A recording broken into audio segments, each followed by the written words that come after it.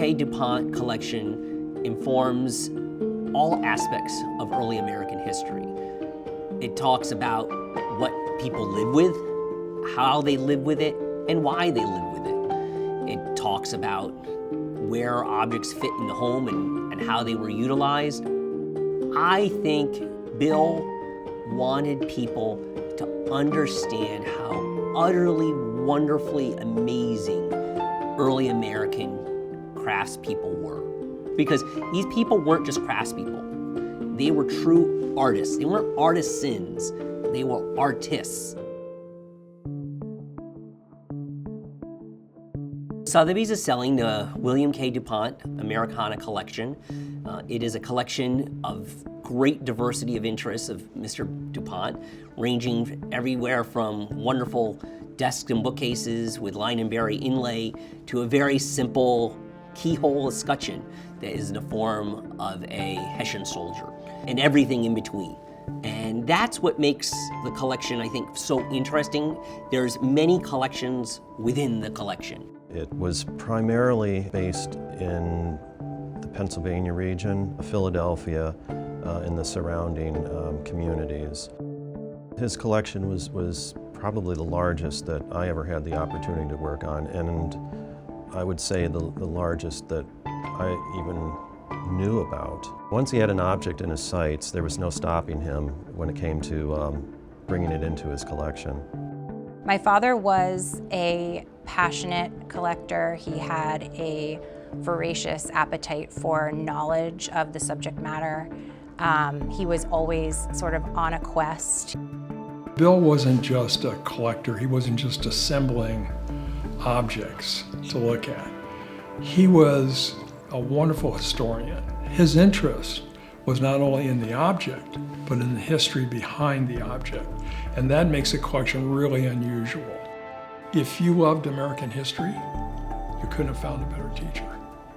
He was a patriot. He loved American history, American military history, American architecture, obviously American antiques, and he really was interested in the people that made them. He really wanted to sort of taste that sort of way of life himself, so much so that he actually, when I was young, about 10, located a log cabin from the 1700s, which was located in Lancaster, Pennsylvania, purchased it, dismantled it, moved it to our farm, rebuilt it, and truly wanted to have a slice of that piece of history there.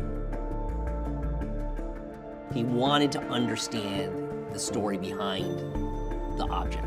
And that's what nearly every object that's being sold at Sotheby's has, is this great, interesting story. The DuPont collection was always housed at my father's former home, which is now my home, called Rocky Hill in Newark, Delaware. Well, it was always a treat to go down there. Get in this mile-long driveway, and you come to the house. And it's just a treat when you walk in the door, because, oh yeah, look at that, look at that, look at this. And it was just fun to see that type of merchandise that you see in a museum. But down there you can touch it, you can sit on it like we are. If we did this at Winnetou, we'd be thrown out. Rocky Hill, it was the perfect place to house his collection. The architecture lent itself to it. Being a Pennsylvania stone farmhouse, it was conducive towards the material that he collected. So he didn't collect New England things, he didn't collect federal furniture, he collected the furniture that would have actually dwelled in that home in the 18th century. And they fit perfectly within the constraints of the different rooms. Bill was not just a collector, he was a preservationist. He wanted to preserve America's past, and the best way that he could do it, he saw, was to preserve architecturally and also material culture of that time period.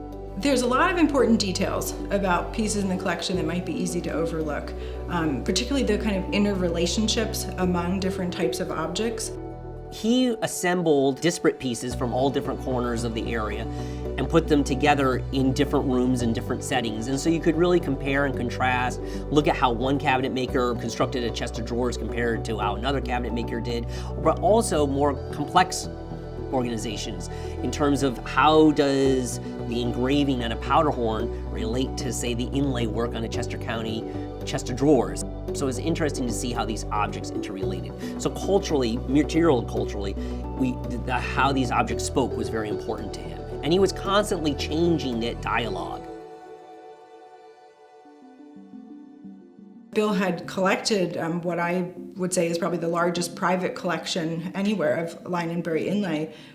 There was such a breadth to it that you could look and see, okay, this is all line and bury inlay, but then you could really drill down and see, okay, there's multiple craftsmen who are at work here over many decades through the 18th century, and really start to pick out kind of local differences, regional differences, stylistic differences. Bill DuPont not only collected line and bury inlaid furniture, but he also collected sulfur inlaid furniture. And he has several wonderful pieces that are sulfur inlaid. He became very interested in the Lancaster County furniture that often had inlay of sulfur rather than wood, which was a technique where you would carve away on the piece of furniture, take sulfur, melt it, and then pour it into the design and pattern that you had taken away on the object. There were at least 2 blanket chests. He had 1 or 2 shrunks and a handful of smaller objects, Bible boxes or slide lid boxes of that nature. Some of my favorite pieces are items that I have sort of a sentimental attachment to or just a personal memory of time spent. One that comes to mind is the William and Mary tavern table that was our kitchen table.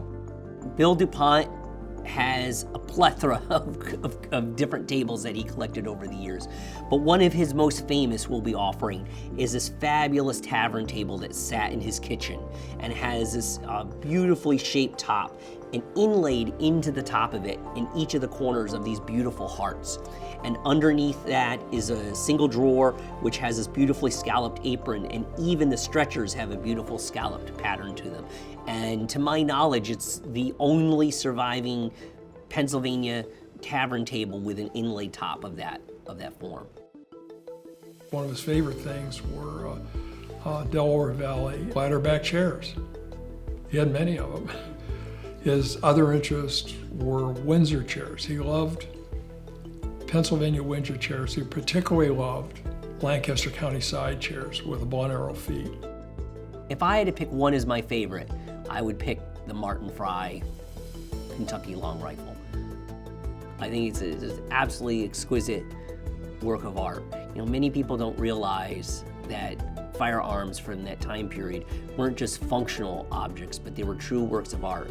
And if one takes the time to look at the engraving that's on it, and also the carving on the stock, and the beautiful selection of wood used to make the gun, it is an absolute masterpiece. It's just a wonderfully conceived object. It's a beautiful thing. The vast majority of Americana collectors don't amass a collection of this scale. It's just sheer numbers. They also don't amass a collection of this quality. So to find a collection that is of this scale with this quality rarely ever comes on the marketplace. It's a generational occurrence.